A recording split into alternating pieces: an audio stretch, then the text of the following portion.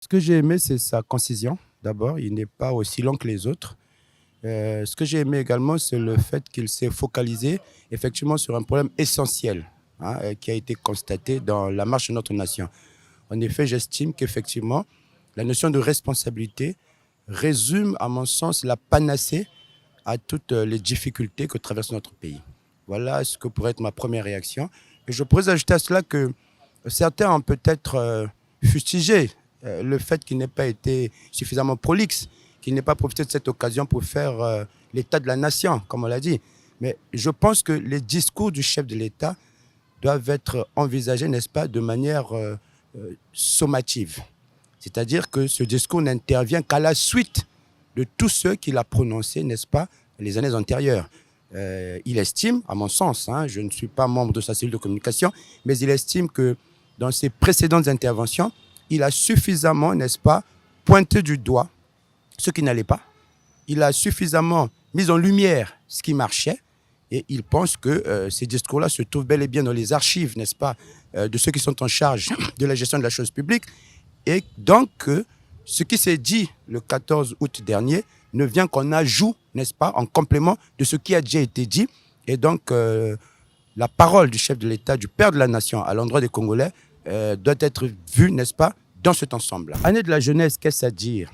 Année de la jeunesse, décrétée en 2024 par le chef de l'État, c'est une injonction, n'est-ce pas, faite à toutes les administrations, n'est-ce pas, à tous les intervenants dans la vie de la société congolaise d'axer leur action au profit de la jeunesse. Mais cette jeunesse doit également se mettre en posture de recevoir ce qui est prévu pour eux. Il y a un tas de mécanismes, n'est-ce pas, qui a été mis en place par les gouvernants en vue de favoriser l'éclosion de la jeunesse. Il y a des centres de formation, il y a ce qu'on appelle les CFA, il y a aujourd'hui le FONEA, hein, qui est en charge, entre autres, n'est-ce pas, d'offrir de manière gratuite des formations à des jeunes, n'est-ce pas, dans le besoin de s'insérer dans la vie professionnelle. Il y a aujourd'hui le FIGA, le Fonds d'impulsion, de garantie et d'accompagnement, qui est censé, n'est-ce pas, apporter un secours financier tout au moins garanti devant le banque auprès des jeunes entrepreneurs. Voilà, entre autres, l'arsenal mis en place par le gouvernement en vue de porter secours, n'est-ce pas, à la jeunesse. Mais cette jeunesse, elle doit se préparer. Elle doit être disposée à suivre une formation. Après qu'elle ait suivi une formation, elle doit avoir une attitude responsable. Parce que, je vais prendre un exemple. Vous êtes diplômé, vous sortez d'une très bonne école, avec une très bonne formation, mais vous attendez que l'on vienne par un oncle, par une tante ou par quelques relations, vous prendre par la main et vous offrir du travail.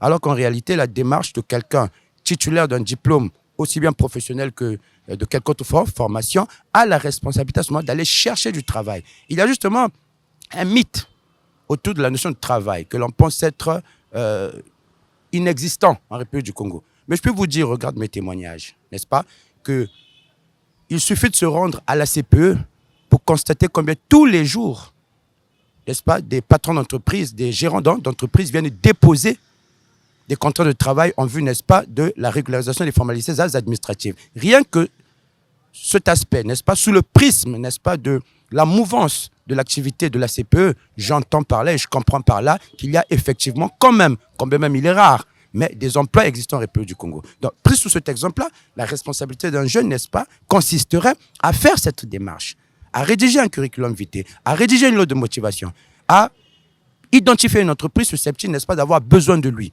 et ainsi de suite. On ne va pas parler de la notion de responsabilité à laquelle, n'est-ce pas, la jeunesse a été apostrophée, sans parler des questions de délinquance juvénile. Est-ce que réellement tous ces délinquants qui sèment la terreur, n'est-ce pas, en République du Congo, sont-ils en situation de rupture avec la société? Pas nécessairement. Il y a d'entre eux ceux qui le font, excusez-moi de le dire, par pur plaisir. N'est-il pas l'occasion, n'est-ce pas, pour eux de se sentir concernés, hein, par cette invite à la responsabilité? On pourrait, sur cette question de la responsabilité de la jeunesse, parler de beaucoup de choses, parce que l'on pense que à partir du moment où l'État est critiqué en le fait que, comme l'a avoué le ministre en charge de la communication, les 100 000 emplois n'ont pas été atteints ou sont loin d'être atteints, n'est-ce pas, que l'État n'a pas fait son travail. Évidemment que le gouvernement, à travers son porte-parole, a reconnu que cet objectif n'a pas été atteint. Mais il y a une batterie de mesures qui sont mises en place en vue de rendre cela possible.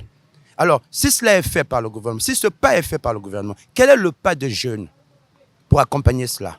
qu'il s'agit pour le gouvernement de poser certains actes en vue de marquer, n'est-ce pas, la matérialisation de leur vue, hein, année de la jeunesse, et je vous ai cité quelques actes ici qui ont été marqués en ce sens, il y a également, d'autre part, une mesure d'adhésion, une démarche d'adhésion que doivent avoir les jeunes. Il ne s'agit pas pour eux d'être statiques et d'attendre à leur domicile, n'est-ce pas, ou au coin des rues, des quartiers qu'ils habitent, que l'État vienne les chercher pour trouver une solution. Je vais vous dire quelque chose. Je suis convaincu que le FIGA ne reçoit pas suffisamment de dossiers, n'est-ce pas, bancables, permettant, n'est-ce pas, un accompagnement optimum. Pourquoi ? Parce que justement, certains jeunes entrepreneurs, oui, ils entreprennent, mais ont-ils pris le temps d'ajouter, n'est-ce pas, à leur entreprise, qui est fort louable, n'est-ce pas, la nécessité d'apprendre à présenter un projet bancable. Par exemple, il s'agirait pour ces jeunes-là, par exemple, de se rapprocher des structures en mesure de les encadrer en ce qui concerne, n'est-ce pas, la mise en forme, n'est-ce pas, d'un projet suffisamment bancable de manière à lever des financements qui existent. L'on peut constater aujourd'hui la montée en puissance des jeunes, n'est-ce pas, dans les responsabilités publiques.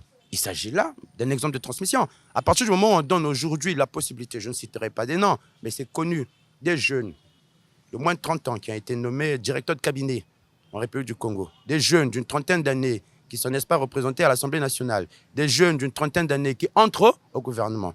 Il s'agit là de l'exemple le plus visible, le plus patent d'une intention manifeste de transmission. À partir du moment où ils sont appelés en même temps que les anciens à la gestion de la chose commune. C'est qu'ils bénéficient de par la transmission, n'est-ce pas, de cette expérience, d'un véritable transfert de compétences.